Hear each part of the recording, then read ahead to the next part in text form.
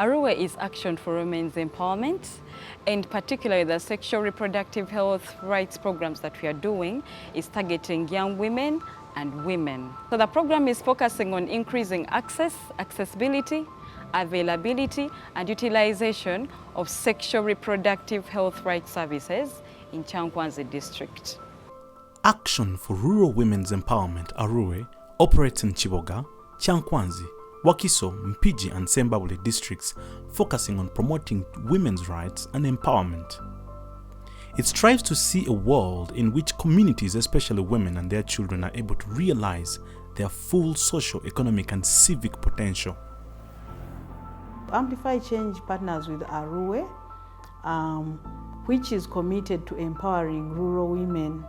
So some of these are school-going children, some of these are girls who are out of school, who are forced into early marriages, and young women in their communities, many of whom are married very early. Our focus is HIV prevention, sexual transmitted infection prevention, as well as providing information to the young women and men, and also providing accessibility to family planning methods.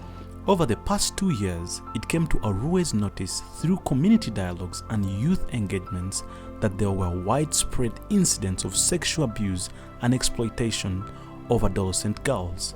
Most of these cases appeared not to be reported, even though many of the girls were dropping out of school after becoming pregnant. So the biggest problem that we are addressing is the limited accessibility of sexual reproductive health rights and services among young women. This causes early unwanted pregnancies.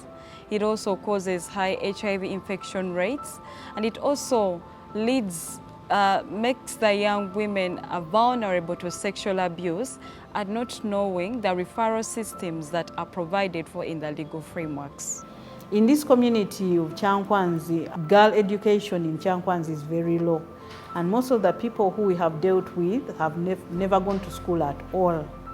And so these are women who are married very early, they have children, and so when they suffer sexual and reproductive health rights violations, they don't know what to do or where to go. They fear reporting to the police. They don't know their rights. One of the main challenges in a community like this is the presence of a disconnect between the service providers and the people that need these services. It's this challenge that promotes sexual and reproductive health and rights violation among young people. And ARUWE is partnering with these service providers, including the police, to bridge this gap. Several times we got some complaints through our partnership of ARUWE. Those people were reporting to ARUWE, but they are not reporting directly to police. I think they had so much connection with the ARUWE people. Bati ogenda ku police bo bamanyi nti bo bali batisa mulimu abatisa ne bagamba wona agenda ku police ne mpulirako ekintu kyonna nja kukola ekintu oba nja kutta. There has been a challenge of the abuse of the disabled girls, especially the disablement, the people who have mental disabilities. The people who are mentally disabled have not even been put so much into the planning of the district and the duty bearers.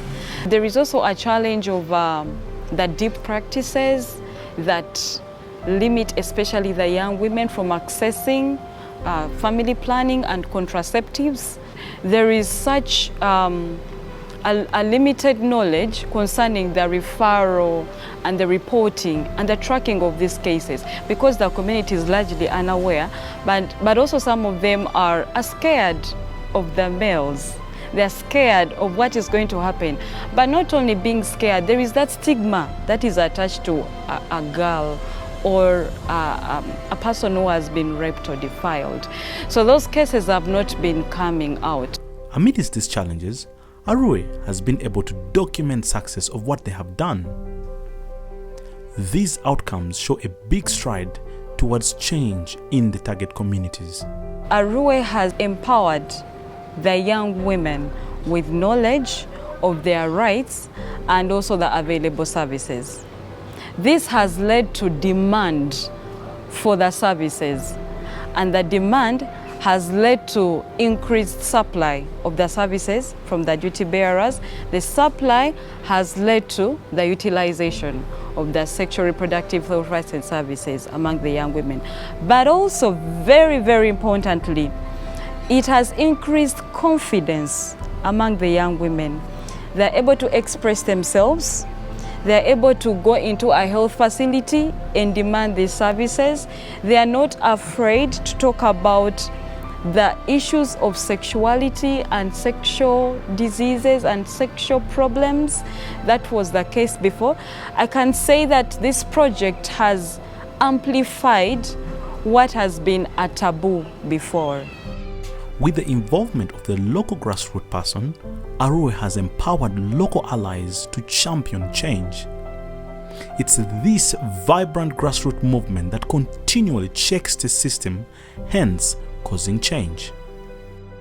What we are doing is to cause the community to understand their role and rights to demanding these services from the main duty bearer, which is the government.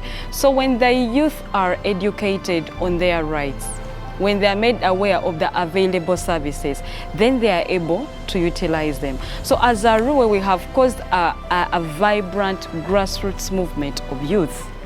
The youth are able to engage not only the duty bearers, but also provide information to the fellow youth in the rural areas to come and utilize the services.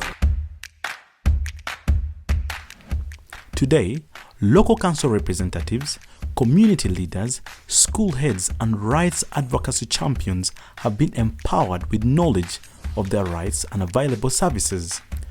This raises demand of supply that consequently leads to the utilization of sexual reproductive rights and health services. Abaana baffe basoma ku ssomero lino ery'Akyabajojo, naye abaana basinga boonoonese, bavudde mu masomero bafunye embuto, naye nga buli w'obuuza wonna owulira nti abakozi ba forest be boonoonya abaana baffe. But for this forest, it's a menace to school-going children. And I hear some women that these people were delinquents. They are wrongdoers from those areas. Because when they came here, what they've done has shown us that they are wrongdoers. I may not talk about the administration of the forest, but these locally based workers, they have defiled school children with evidence. I have some 2 girls defiled in this school. The cases have been reported to police. Beatrice is a 17-year-old girl who was a victim of abuse by one of the employees of Global Woods. Through the system ARUWE has said, she was able to get help and the perpetrator was brought to book.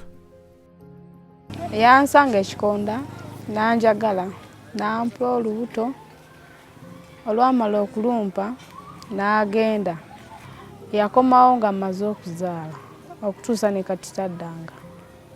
Namukubiranga essimu ng'agamba nzijja nakati tajjanga.